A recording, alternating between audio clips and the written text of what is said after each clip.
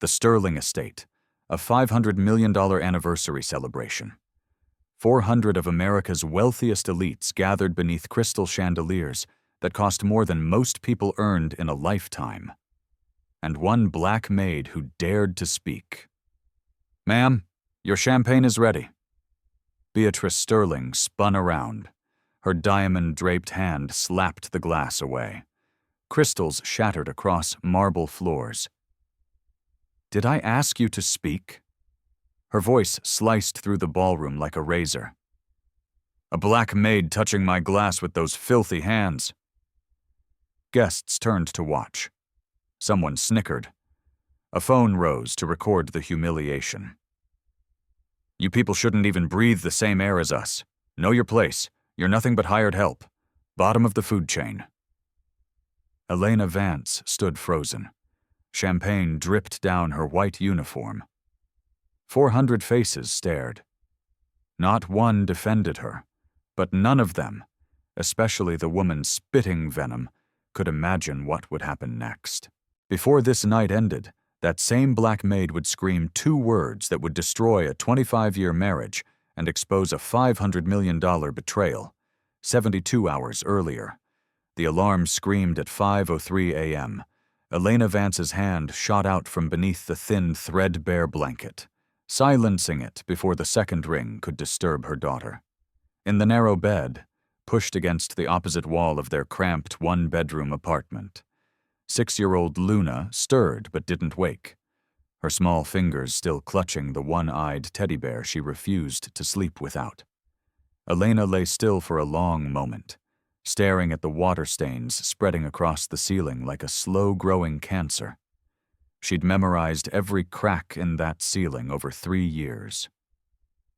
14 jagged lines that seemed to multiply after each rainstorm. The landlord never fixed anything. Why would he? Tenants like Elena couldn't afford to complain.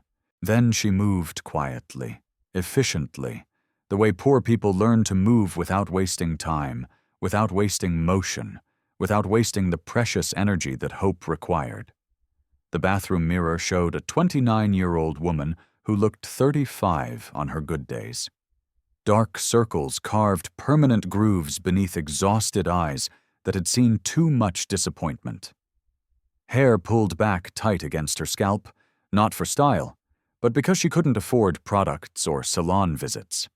Hands rough and cracked from years of harsh cleaning chemicals. The skin perpetually dry, no matter how much dollar store lotion she applied. But those hands had once held beakers in a Columbia University laboratory. Those tired eyes had once scanned advanced organic chemistry textbooks until 3 a.m., fueled by ambition and cheap coffee. That weary mind had once calculated molecular weights and dreamed of a PhD, a research career, a corner office with Dr. Elena Vance etched on the door. Before everything fell apart, she splashed cold water on her face. No time for hot water, and besides, the gas bill was already 3 weeks overdue. She'd learned to ration everything, every penny stretched until it screamed, every drop of water measured, every ounce of hope carefully preserved for Luna's sake. In the kitchen, if you could call a hot plate, a mini-fridge older than Luna, and 2 F-tour of cracked Formica countertop a kitchen, Elena prepared her daughter's lunch with practiced efficiency. Peanut butter sandwich cut diagonal because Luna insisted triangles tasted better than rectangles. Apple slices arranged into a smiley face. A juice box purchased on sale, 3 for $1, the kind with too much sugar and not enough real fruit. And tucked inside the worn brown paper bag, a handwritten note on torn notebook paper. "You're my sunshine. Have a great day. Love, Mommy." She wrote that note every single morning without fail, even when the electricity got cut off for 3 days last February and they ate cold cereal by candlelight. Even when dinner was saltine crackers and tap water because payday was still 4 days away. Even when Elena cried herself to sleep, muffling her sobs in the pillow so Luna wouldn't hear, wondering how she'd make rent, wondering if tomorrow would finally be the day everything collapsed completely. Luna would never know how close they lived to the edge. That was Elena's job, her sacred responsibility to stand between her daughter and the abyss, to absorb every blow so Luna could keep believing the world was safe and good and full of possibility. "Mommy?" Elena turned. Luna stood in the bedroom doorway. Teddy bear Mr. Buttons, named for the button eyes that had both fallen off and been replaced with mismatched ones Elena found in a thrift store sewing kit, clutched against her thin chest. Her pink pajamas were 2 sizes too small, the fabric straining at every seam, the cuffs riding up past her ankles. "Hey, baby girl." Elena softened her voice, pushing exhaustion aside. "Go back to sleep. It's still early. Are you going to work again?" "Yeah, sweetheart. Mrs. Gable will take you to school today, remember?" Luna patted across the cold linoleum floor. They couldn't afford rugs, couldn't afford heating the apartment above 60°, and wrapped her small arms around Elena's waist. She pressed her warm cheek against her mother's stomach and squeezed tight. "Mommy, when can we have pancakes at a restaurant, like the kids on TV?" The question hit Elena like a physical blow to the chest. Such a simple thing. Pancakes at a restaurant. Something millions of children took completely for granted. Something Luna had never experienced in her entire 6 years of life. Because Elena couldn't afford the $15 it would cost, couldn't justify spending money on restaurant food when that $15 could buy groceries for 3 days. Elena knelt down slowly, her knees protesting, bringing herself eye level with her daughter. She cupped Luna's perfect little face in her rough, work-damaged hands and looked into those trusting brown eyes. "Soon, baby. Real soon. Mommy's working hard and we're getting there. I promise." "Pinky promise?" Elena linked her pinky finger with Luna's tiny one. "Pinky promise." Luna smiled. That pure, radiant, innocent smile that could light up the darkest room, that made every exhausting double shift and every skipped meal and every sleepless night worth enduring. "Okay, Mommy. I believe you. I believe you." 3 words heavier than any burden Elena had ever carried in her life. The bus to Elite Events Catering took 47 minutes each way, an hour and a half of Elena's day spent in transit, time she couldn't bill, time stolen from sleep and Luna. But Elena used every second productively. She scrolled through chemistry formulas on her cracked phone screen. The glass spiderwebbed from a fall she couldn't afford to repair.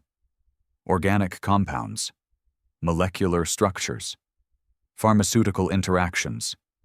The periodic table she'd memorized at 17, back when the future still seemed full of infinite possibility. Back when she'd believed hard work and intelligence guaranteed success. Knowledge she'd paid $80,000 to acquire through student loans she would never finish repaying. Knowledge now seemingly useless, buried beneath debt that accumulated interest faster than she could chip away at the principal. 2 years into her master's program at Columbia University, 2 years of perfect grades, glowing professor recommendations, and a promising research trajectory. The phone call came. The call that shattered everything. Her father, Samuel Vance, the man who had worked brutal double shifts at a manufacturing plant for 26 years to fund her education, who had never missed a single tuition payment despite never taking a vacation, who had told her every day that she was destined for greatness, was dead. Industrial accident, machine malfunction, safety protocols ignored by a company that valued profit over human lives. No compensation offered because the corporate lawyers found a technicality. No life insurance because her father had canceled the policy 2 years earlier to help pay for her textbooks. Just a body in a morgue. Medical bills that devoured their meager savings within a week. Funeral costs they couldn't afford, but paid anyway because Samuel Vance deserved dignity in death. And a grieving mother, Martha Vance, already struggling with early-onset arthritis and diabetes, who needed daily care that Elena couldn't provide while sitting in a classroom 200 miles away. She dropped out 3 weeks before finals, packed her textbooks into boxes she'd never unpack, took any job that would have her, waitress at a diner that closed 6 months later when the owner's gambling debts caught up with him, night cleaner at an office building until her back gave out from scrubbing floors on her hands and knees, retail associate, hotel housekeeper, and finally catering server. Anonymous, invisible, replaceable. Just another brown face in a white uniform. The chemistry stayed locked in her head. Every formula, every reaction pathway, every dream of what could have been. But dreams didn't pay rent. 3 years earlier, the worst night of Elena's life, the gas station sign flickered orange against an endless black November sky. 2:17 a.m., cold enough to see your breath hang in the air like departing spirits. Elena sat on a concrete bench beside the air pump. 3-year-old Luna asleep in her arms. The child's face was peaceful, trusting, blissfully unaware that her entire world had collapsed into rubble.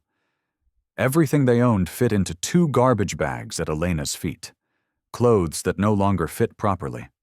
Luna's beloved teddy bear. A handful of photographs from better times.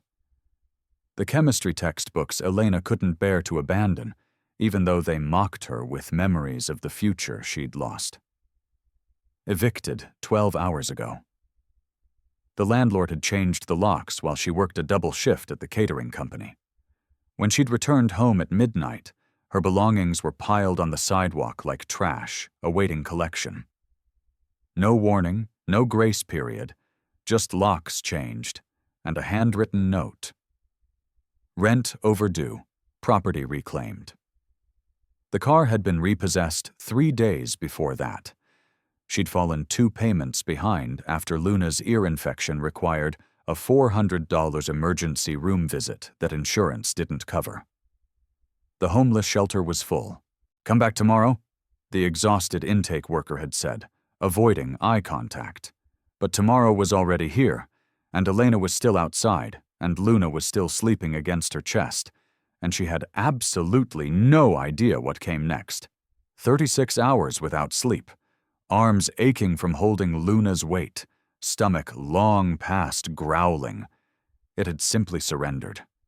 Mind cycling through impossible equations that had no solutions, no money, no family left who could help. No friends with spare rooms, no options. Cars pulled in and out of the gas station. People filled their tanks, bought energy drinks and lottery tickets, lived their ordinary lives just 10 feet away from a woman whose existence had imploded. Nobody looked at her. Nobody saw her. She was invisible. In America, poverty wore an invisibility cloak, especially poverty wrapped in dark skin and holding a sleeping child. Then a white Mercedes pulled into the station, and everything changed. Saturday, the day of the anniversary party, day of the Oin. The catering van wound through Connecticut countryside for 2 hours before reaching the gates. 2 hours of watching the landscape transform from ordinary suburbs to wealthy enclaves to something that looked like another country entirely. Stone walls lined every property. Ancient oak trees shaded private roads. Estates sprawled behind iron fences, each one larger than the last. Then they reached the Sterling Gates. Iron gates, 20 foot tall, twisted into elaborate decorative patterns that probably required a team of artisan metal workers and cost more than Elena's apartment building. Armed security guards in suits, nicer than anything she'd ever owned, stood at attention, eyes hidden behind dark sunglasses despite the overcast sky. ID and work authorization, the nearest guard said flatly, barely glancing at the van full of black and brown faces pressed against windows in matching white uniforms. His tone made clear they weren't guests. They were labor, interchangeable, forgettable, Sarah handed over the paperwork. The guard scanned it with an electronic device that probably cost more than Elena's monthly salary. The gates swung open with mechanical precision, and Elena Vance crossed into another universe. The Sterling estate sprawled across 50 acres of manicured perfection. Rolling lawns trimmed with mathematical precision by an army of landscapers. A private lake reflecting the gray autumn sky like polished glass. Rose gardens arranged in geometric patterns visible from satellites. A hedge maze that probably required its own maintenance team. And the mansion. It rose from the landscape like something conjured from a fever dream about wealth. Marble columns imported from Italian quarries. Floor-to-ceiling windows, hundreds of them, each one sparkling clean. A circular driveway of crushed white stone surrounding a fountain where golden cherubs poured eternal water from golden urns. "Jesus Christ," Marcus whispered, face pressed against the van window. "This is one house for one family."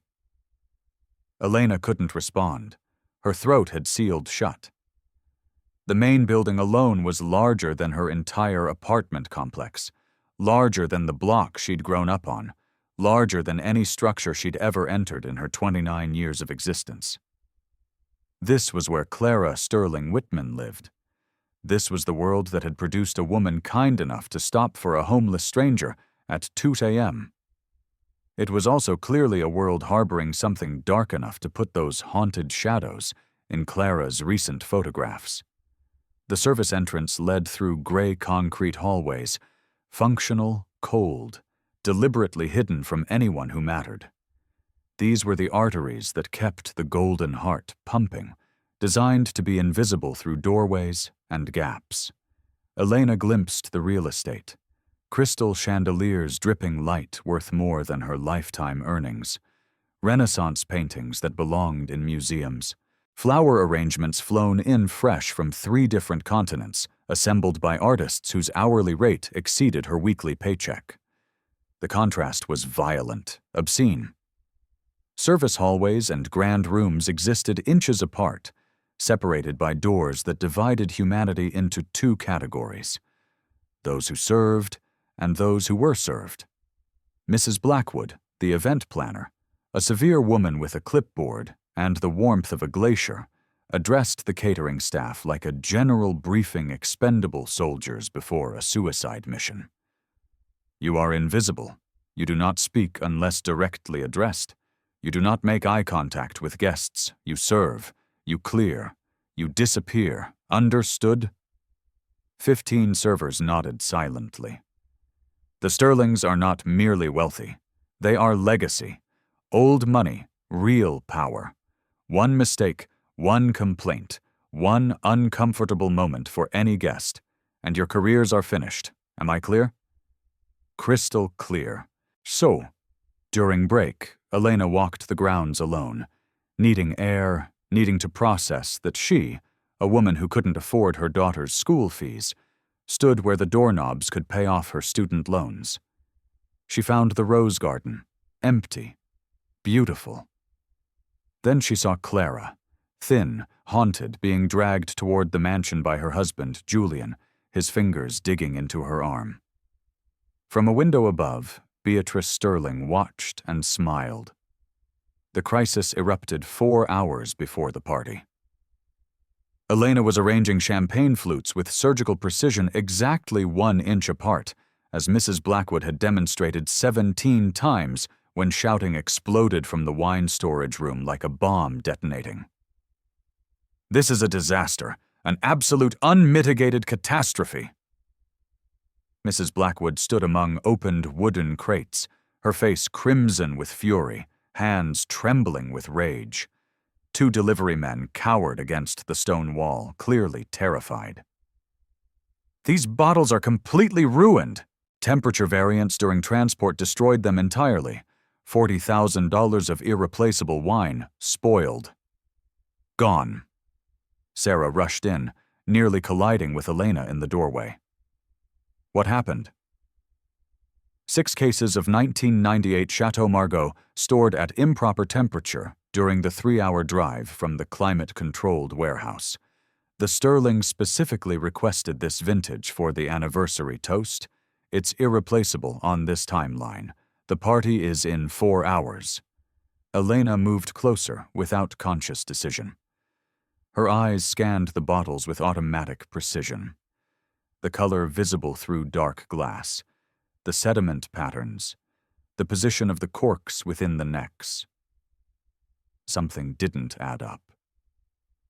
She'd studied this phenomenon extensively years ago, in another lifetime, when she still had a future worth planning. Wine oxidation chemistry, temperature effects on tannin polymerization, the molecular signatures that distinguished genuine spoilage from temporary stress, the science crystallized in her mind, clear as the day she'd learned it. "Ma'am!" Mrs. Blackwood spun around, eyes blazing with barely contained fury. "Did a server just speak to me unbidden? The wine isn't spoiled, ma'am." Elena kept her voice calm, respectful, professionally detached. "May I explain?" 30 seconds. You may absolutely not. Please, if I'm wrong, fire me. If I'm right, you save $40,000. Something in Elena's certainty, or perhaps her desperation, made Mrs. Blackwood pause mid-dismissal. 30 seconds, not one more. Elena pointed to the first group of bottles. The temperature fluctuation during transport stressed the wine significantly. Yes, but stress isn't spoilage. They're completely different chemical processes. See the sediment pattern in these bottles? It settled evenly at the bottom in a classic crescent formation. That indicates the tannin structure destabilized temporarily, but has since restabilized. Some master sommeliers actually do this deliberately. They call it controlled stress micro-decanting. It can enhance certain flavor profiles. She moved to another cluster. These 6 cases are not only viable, they're potentially superior to what you'd get from bottles that never left climate control. The stress actually accelerated beneficial polymerization. Then she indicated the remaining crates. But these 4 cases, see how the sediment is distributed unevenly, almost granular? And notice the slight cloudiness near the cork. That milky quality, that's actual oxidation. The corks were compromised during transport. Hairline fractures from the temperature swing. These bottles should absolutely be discarded. Absolute silence filled the stone room. Every person present stared at the black woman in the catering uniform who had just delivered a master class in enological chemistry. Mrs. Blackwood's eyes narrowed to surgical slits. "And you know all this how exactly?" "I studied organic chemistry at Columbia University. 2 years of my master's program before circumstances forced me to withdraw. Wine chemistry was my faculty advisor's specialty. Dr. Helena Foster, she consulted for Napa Valley Vineyards. I assisted with her research. A catering server with a master's degree in chemistry. I have 2 years of a master's degree, ma'am. Life doesn't follow the plans we write for it." They tested her theory. A junior sommelier was summoned. A thin, nervous young man who clearly hadn't expected to be called upon for an emergency diagnosis. He swirled each sample, sniffed with practiced concentration, tasted with appropriate ceremony. Elena was right. The 6 cases she'd identified were not merely acceptable, they were excellent, perhaps even enhanced by the stress. The 4 she'd flagged had indeed turned, subtle enough that an amateur palate would miss it, but unmistakable to trained senses. "She's entirely correct," the sommelier confirmed, clearly impressed, despite himself. "The first group is superior to specifications. The second is definitely compromised." Mrs. Blackwood stared at Elena for a long, uncomfortable moment.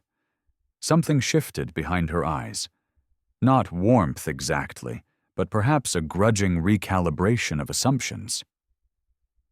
"You just saved this event $30,000, she said finally, "and quite possibly saved my professional reputation as well." Elena simply nodded. "Just doing my job, ma'am." She returned to her champagne flutes, feeling the weight of new attention on her back. The invisible woman had been seen, and judging by some expressions in the room, not everyone was pleased about it.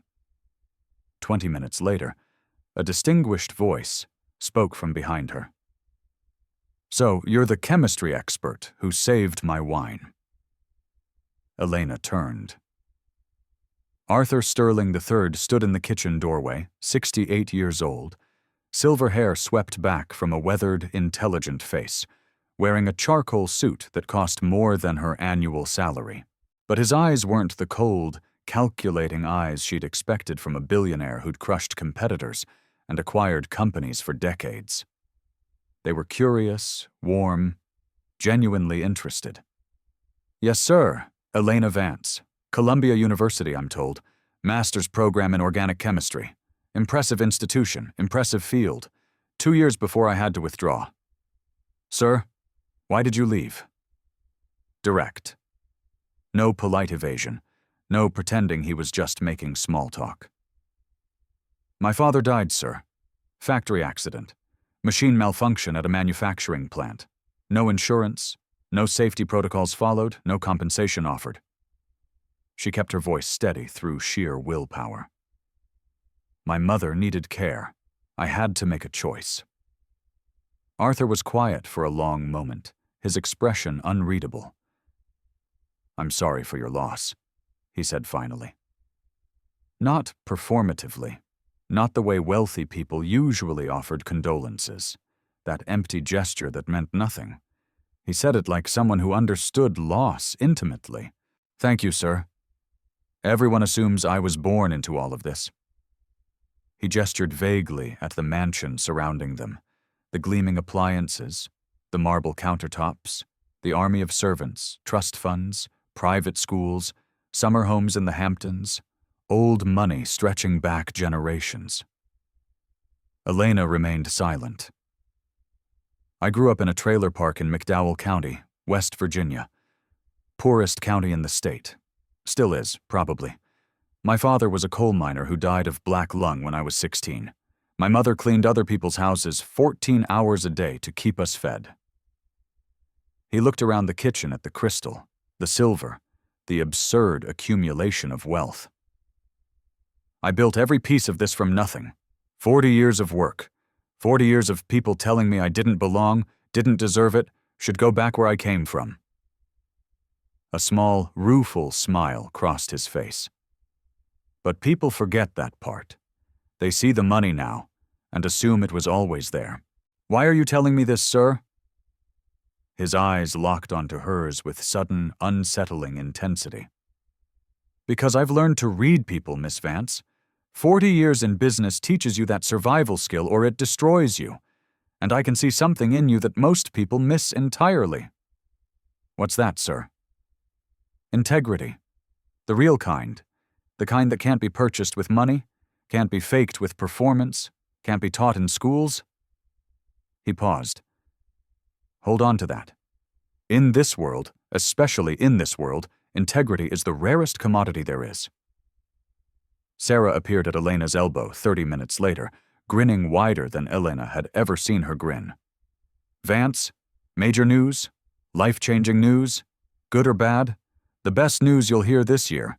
The Sterlings want you on their permanent catering roster. Premium events only. Galas, charity balls, private dinners. $22 an hour. Guaranteed 40 hours minimum every single week." Elena's breath stopped in her chest. "Are you serious?"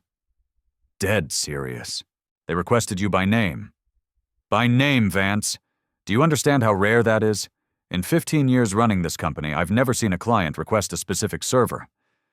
$22 an hour, guaranteed hours. That was rent covered with money left over, bills paid on time for the first time in 3 years, school fees handled, medical debt slowly shrinking. Maybe finally, miraculously, pancakes at a restaurant." "Thank you," Elena whispered, tears threatening to spill. "Thank you so much." "Don't thank me. Thank yourself. You earned this." During her evening break, Elena stepped into the service hallway and called Mrs. Gable's house with trembling fingers. "Hello, it's Elena. Is Luna awake?" "Just finished her bath. Hold on, sweetheart. Rustling sounds, small footsteps, then the voice that made everything worthwhile. Mommy. Hey, baby girl, how was your day? Good. Mrs. Gable made mac and cheese, the orange kind from the box. Elena laughed through her tears. That sounds delicious. It was, and we watched cartoons, and I drew you a flower picture and… Baby, listen. Mommy has big news. She pressed the phone tight against her ear, as if she could hold her daughter through the signal. I got a better job today. A much better job. Silence, then small and hopeful. Does that mean? Yeah, sweetheart.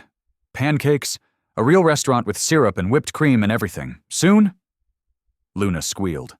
Pure, uncomplicated joy transmitted through cellular waves.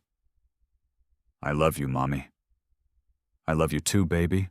More than all the stars in the sky, more than all the pancakes in the entire world. She didn't see the figure watching from the shadows at the hallway's end. Lydia, a fellow server uniform, cold, calculating eyes. She'd heard everything, and she worked for Beatrice. 8:00 p.m. The party began. 400 guests poured through the grand entrance like silk and diamonds given human form. Governors and senators mingled with Fortune 500 CEOs. Old money regarded new money with polite contempt. Everyone calculated everyone else's net worth while pretending not to care about such vulgar matters. Elena circulated through the glittering crowd with her tray of champagne, her presence perfectly invisible, exactly as instructed. Rich people's parties were fundamentally identical, she'd learned. Different zip codes, same hollow conversations, different chandeliers, same fake smiles. But tonight felt different.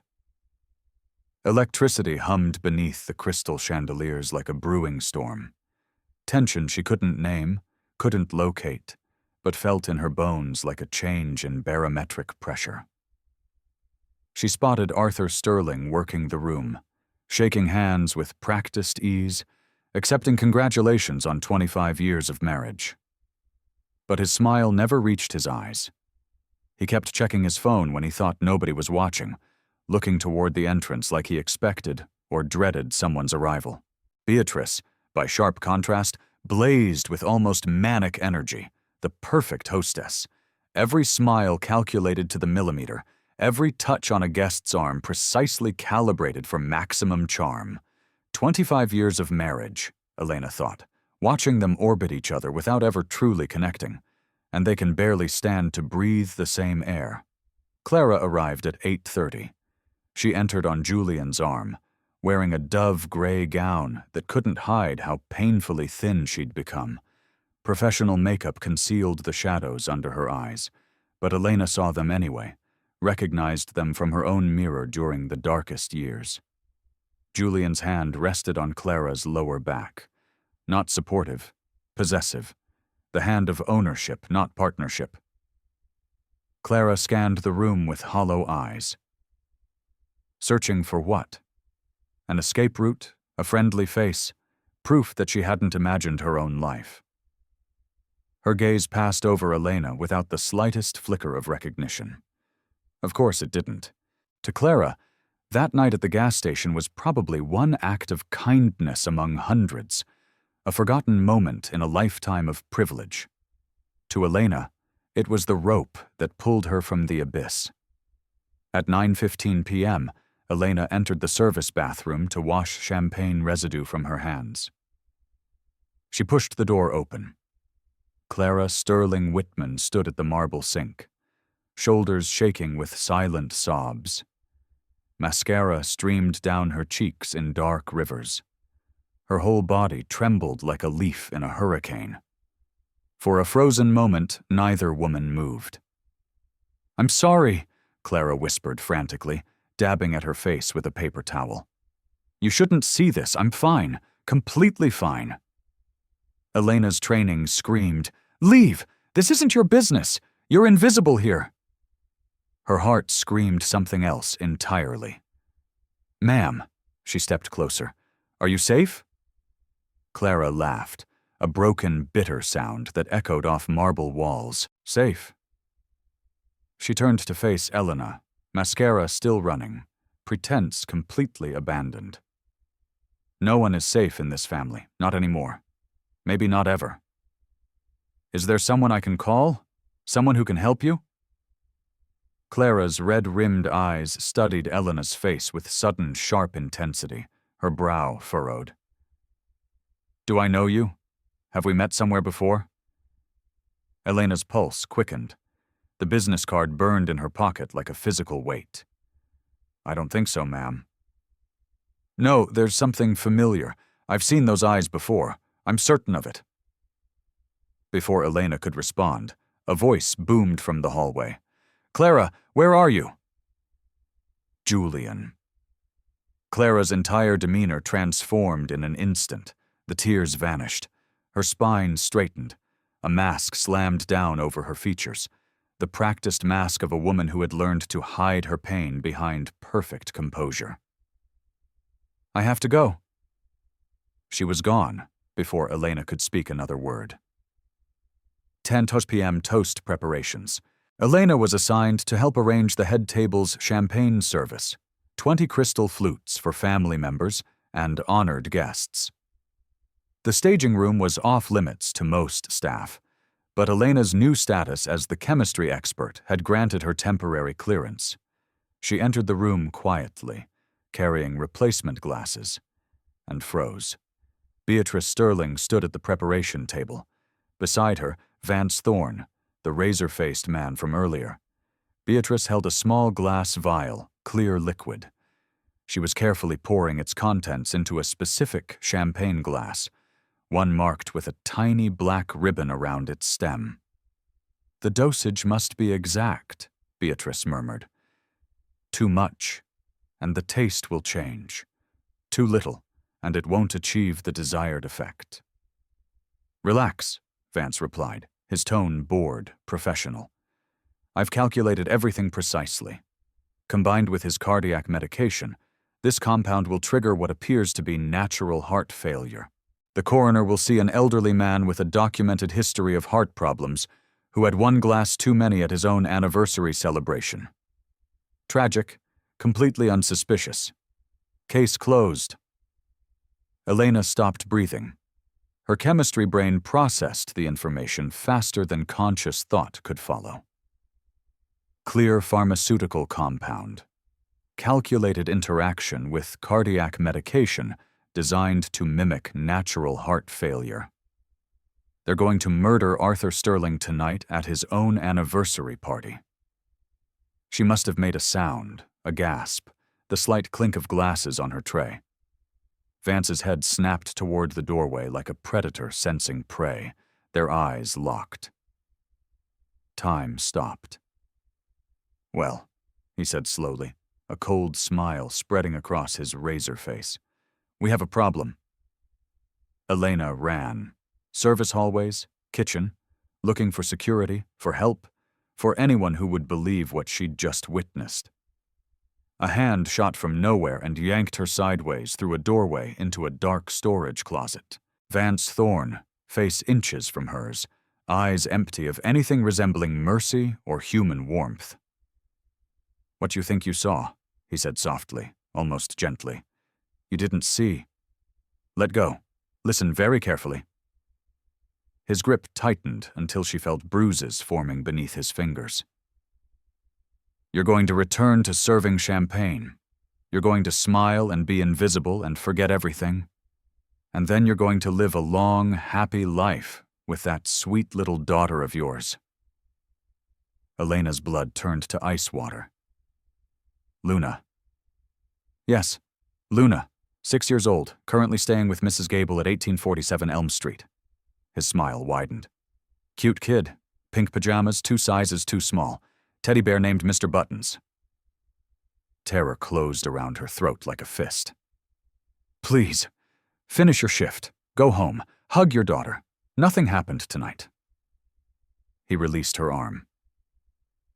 Do we understand each other perfectly? She couldn't speak, could only nod. Excellent. He straightened his jacket, brushed invisible lint from his sleeve. Now smile, Miss Vance. It's a celebration." He walked away. Elena collapsed against the shelves, shaking, gasping. "They're going to murder a man tonight, and if I say anything, they'll kill my daughter." But then she thought of Clara crying alone in that bathroom. Arthur. Integrity is rare, and a gas station at 2 a.m., a stranger who didn't have to help. Everyone deserves a safe night. Elena stood, wiped her eyes, made her choice. 10:52 p.m. The string quartet swelled to its crescendo. 400 guests gathered in the grand ballroom, crystal flutes raised and ready for the anniversary toast that would mark 25 years of marriage. Elena positioned herself at the back of the room, heart slamming against her ribs like a caged animal desperate for escape. The glass with the black ribbon sat in Arthur Sterling's unsuspecting hand. 15 seconds.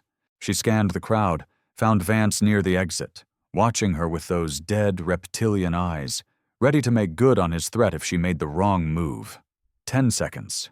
She thought of Luna, Mr. Button's pink pajamas. 5 seconds. She thought of integrity.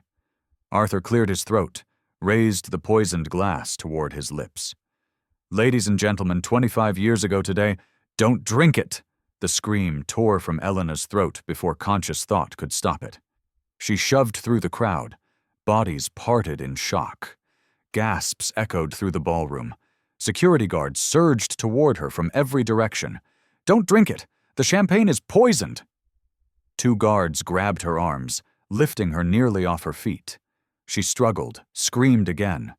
"Your wife poisoned it! I saw her!" Beatrice's laugh rang out, perfect, controlled, dismissive. "Arthur, darling, this poor woman has clearly suffered some kind of mental breakdown. Security, remove her immediately." The guards began dragging Elena toward the exit. The crowd murmured. Shock, confusion, scattered nervous laughter at the spectacle. Someone raised a phone to record the humiliation. But Arthur hadn't moved.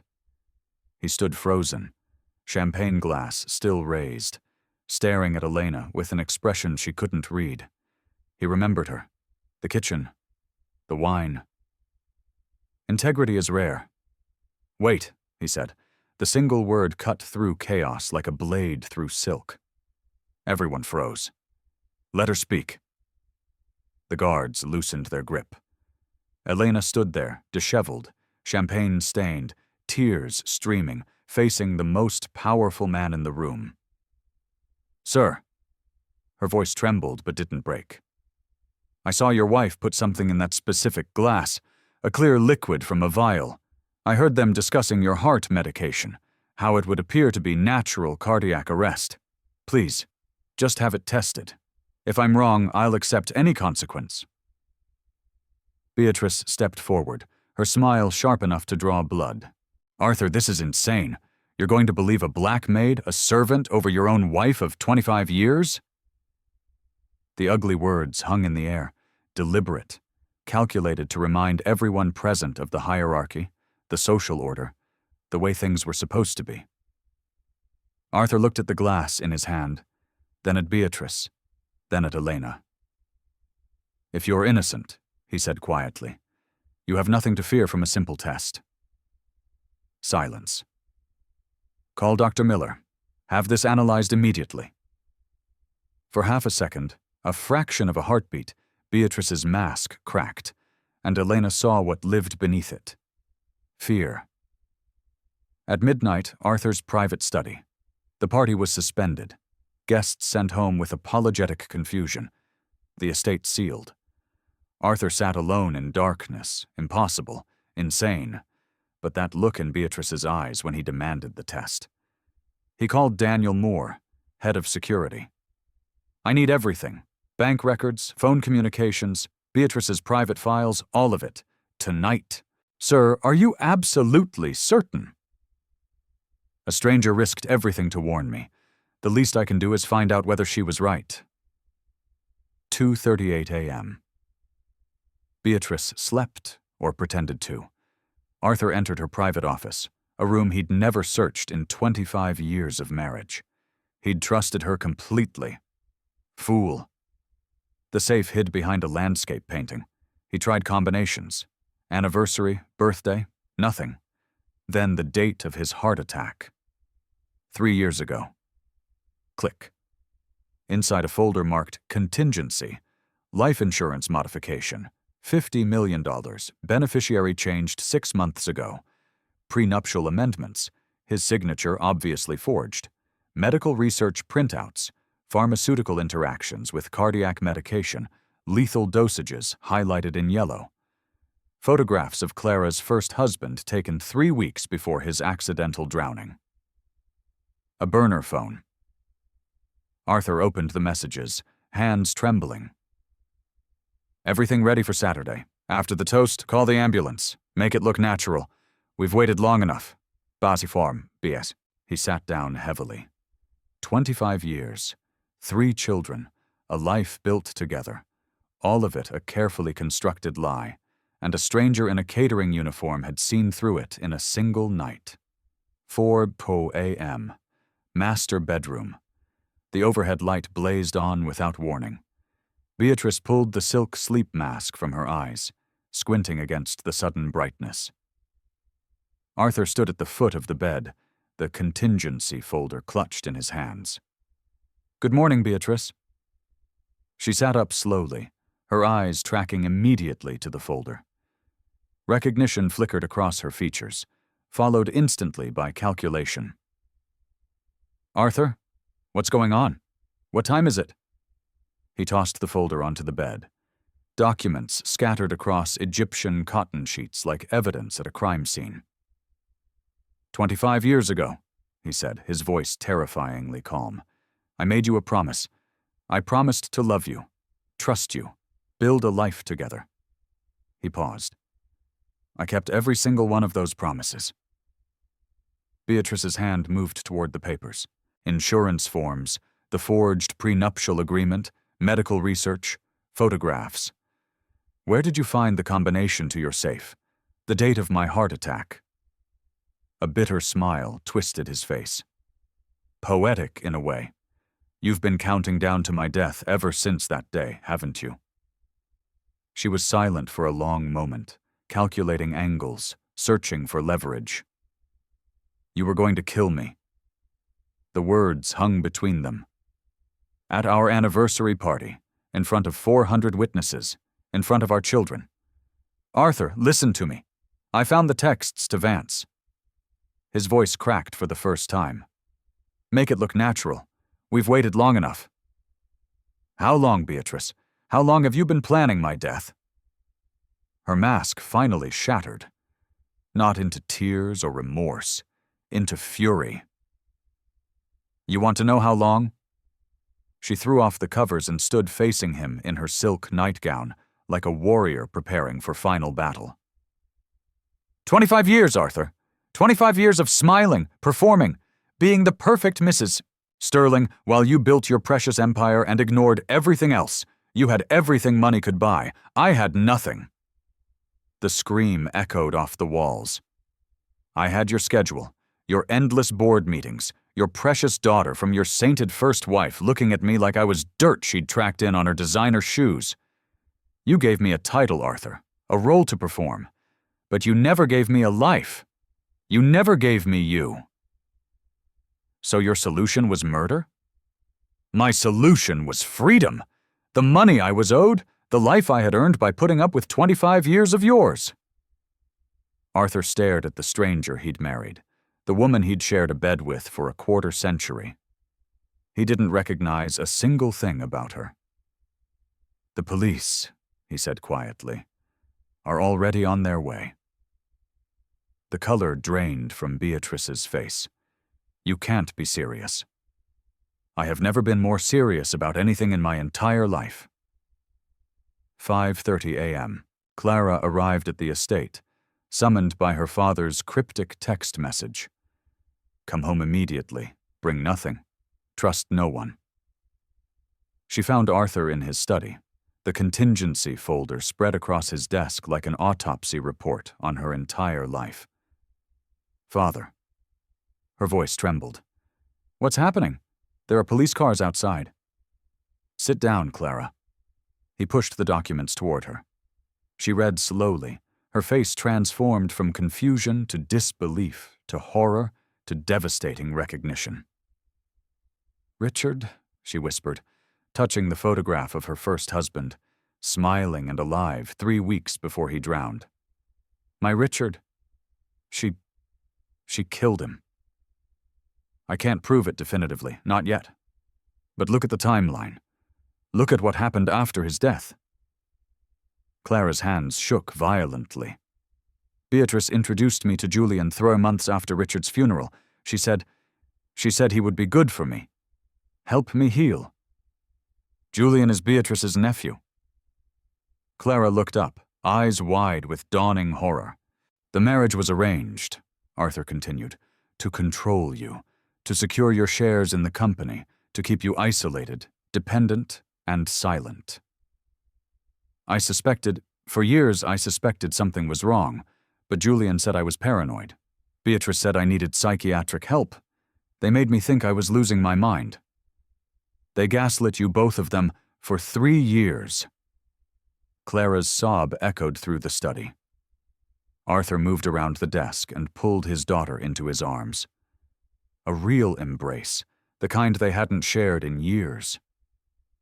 "I should have seen it," he whispered into her hair. "I should have protected you. I'm so sorry." "How could you have known? She fooled everyone who ever met her." "Not everyone." Arthur pulled back, meeting his daughter's tear-filled eyes. A catering server saw through her in a single night. 6:20 a.m. Police cruisers lined the circular driveway. Blue and red lights strobed against the mansion's marble facade. Arthur had orchestrated this moment with precision. He'd invited back select witnesses, the guests who'd witnessed Elena's dramatic warning. He'd contacted 3 major news outlets with verified tips. This would not happen in shadows. This would be public, undeniable, impossible to spin or suppress. Beatrice Sterling was escorted through the grand entrance in handcuffs. Her designer robe was wrinkled, her face bare of makeup, bare of the mask she'd worn for 25 years. Cameras flashed like lightning. Reporters shouted questions over each other. "Mrs. Sterling, is it true you attempted to poison your husband?" "Mrs. Sterling, how do you respond to the charges?" Beatrice said nothing. For the first time in 25 years, she had no prepared statement, no calculated response, no mask to hide behind. Vance Thorne was arrested at his apartment 90 minutes later. Julian Whitman crumbled within an hour, trading detailed information for a plea deal. The champagne tested positive for a pharmaceutical compound that, combined with Arthur's cardiac medication, would have triggered fatal heart failure within minutes. Dr. Miller. If he had consumed that glass, he would have been dead before the applause ended. 10 a.m. Service hallway. Arthur found Elena sitting on a plastic crate, still wearing her stained uniform, hands wrapped around cold coffee. He walked toward her slowly. Then he did something unprecedented. He knelt. "Miss Vance, sir, you don't have to. You saved my life." His voice broke. "You had everything to lose. Vance threatened Luna, didn't he?" Tears filled Elena's eyes. "Yes. And you warned me anyway. I couldn't let it happen. I couldn't live with myself if I stayed silent." Arthur pulled a worn business card from his pocket. Clara's handwriting. "My security team found this. Clara gave this to you 3 years ago. A gas station. I was homeless. Your daughter gave me hope when I had nothing left." Clara appeared behind him, saw the card, recognized her own handwriting. "That was you?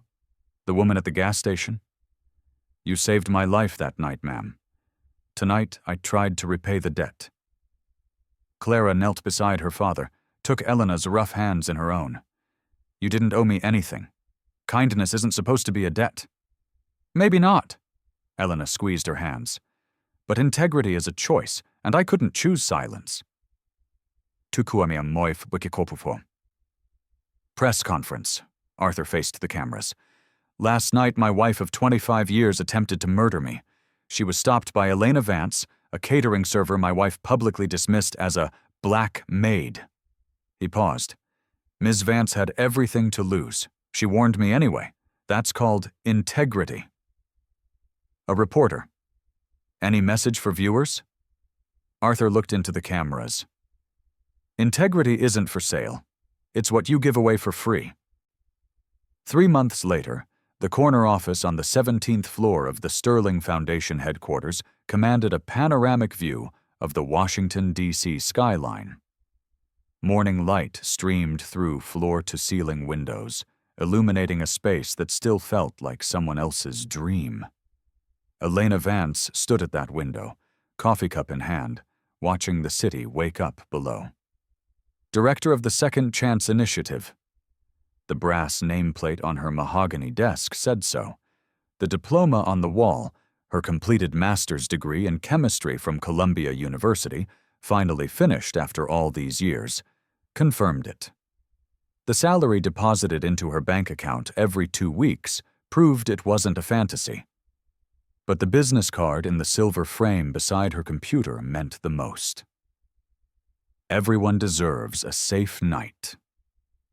The initiative had launched 8 weeks ago with a simple, powerful mission: helping single parents complete interrupted education, providing childcare so they could attend classes without worry, housing support so they never had to choose between shelter and school, job placement so their hard-won degrees actually led somewhere meaningful. In its first 2 months, over 900 participants had enrolled. Single mothers, single fathers, people whose dreams had been derailed by circumstances beyond their control. People exactly like Elena had once been. She didn't run the program from behind her desk. Every Tuesday afternoon, she met with participants personally, shared her story without polishing the painful parts, answered their questions with unflinching honesty. "How did you keep going when everything fell apart?" they invariably asked. "One day at a time," she'd say. "One promise to my daughter at a time, and sometimes one stranger's unexpected kindness at a time." The divorce had finalized 6 weeks ago. Beatrice Sterling received nothing, not a single cent. The prenuptial agreement she'd forged was declared void. The $500 million she'd attempted to steal through murder went to the foundation instead. Her sentence: 15 years to life for attempted murder, conspiracy, and accessory charges in Richard Whitman's death. Julian took a plea deal. 10 years. Vance Thorne got 25. Clara was finally free. Her own apartment, therapy twice weekly, real smiles that reached her eyes. The office door burst open. "Mommy!" Luna exploded into the room, backpack bouncing, braids flying behind her like celebration streamers. Elena dropped to her knees and caught her daughter mid-sprint, spinning her in a joyful circle. "Hey, baby girl, how was school?" "We learned about molecules today. I told my teacher my mommy is a real chemist and she helps people, and she was on TV." Clara appeared in the doorway, smiling warmly. Her 2 children peeked shyly from behind her legs. "Hope we're not interrupting the celebration?" "Never." Clara walked to the desk, touched the framed business card gently. "I wrote that 3 years ago. I had no idea what it would become." "That's exactly the point," Elena said softly. "You didn't do it to be thanked. You did it because it was right." Through the window, sunset painted Washington gold. 6 months later, 2:17 a.m., Elena's car pulled into a gas station off Interstate 95. The same station, the same flickering orange sign, the same concrete bench beside the air pump. A young woman sat alone in the cold. Early 20s, exhausted eyes, 2 garbage bags containing everything she owned, a sleeping toddler clutched against her chest. Elena parked, stepped out into the November night. The young woman tensed, prepared for judgment, prepared for cruelty, prepared for someone to tell her she didn't belong. couldn't stay, wasn't worthy of basic human dignity. But Elena didn't ask what happened, didn't lecture, didn't reach for her phone. She reached into her purse and pulled out 3 items: a hotel key card, $300, and a business card for the Second Chance Initiative. "Everyone deserves a safe night," Elena said softly. "Call that number tomorrow. They'll help you get back on your feet." The young woman's hands trembled as she accepted the gifts. "Why?" she whispered. "You don't even know me." Elena smiled, sad and warm simultaneously. "I don't need to know you. I just need to see you." She returned to her car. No cameras, no audience, no social media post. Just kindness passed forward into darkness. Arthur Sterling used to say, "Wealth was measured in zeros." But what he found that night taught him something different. Real wealth is what you give away and what you risk for a stranger. The moral lesson. The value of invisible capital. This story teaches us a profound life skill. Character is your only permanent currency. In a world that obsessed over social capital, who you know, and financial capital, what you own, Elena Vance relied on invisible capital, her integrity and her specialized knowledge. Integrity is not a luxury, it is a foundation. Elena had every reason to stay silent to protect her daughter. However, she realized that a life built on a lie or the blood of another is no life at all. Integrity is what you do when the cost of doing the right thing is higher than you think you can pay. Knowledge is a dormant power. Though Elena was working as a maid, her education in chemistry wasn't wasted. It was a tool waiting for the right moment. Never stop learning, even when your current circumstances don't seem to require it. You are not your job title. You are the sum of your skills and your character. Kindness is a ripple, not a transaction. Clara's small act of kindness at a gas station years prior didn't just help a homeless woman. It eventually saved her father's life and her own future. You never know when the seeds of compassion you plant today will grow into the forest that shelters you tomorrow. Life skill. Practice active seeing. In your daily life, look for the invisible people, the servers, the cleaners, the strangers in need. Treating everyone with dignity isn't just a moral choice, it's a reflection of your own internal worth. As Arthur Sterling learned, the person you dismiss today might be the only one with the courage to save you tomorrow.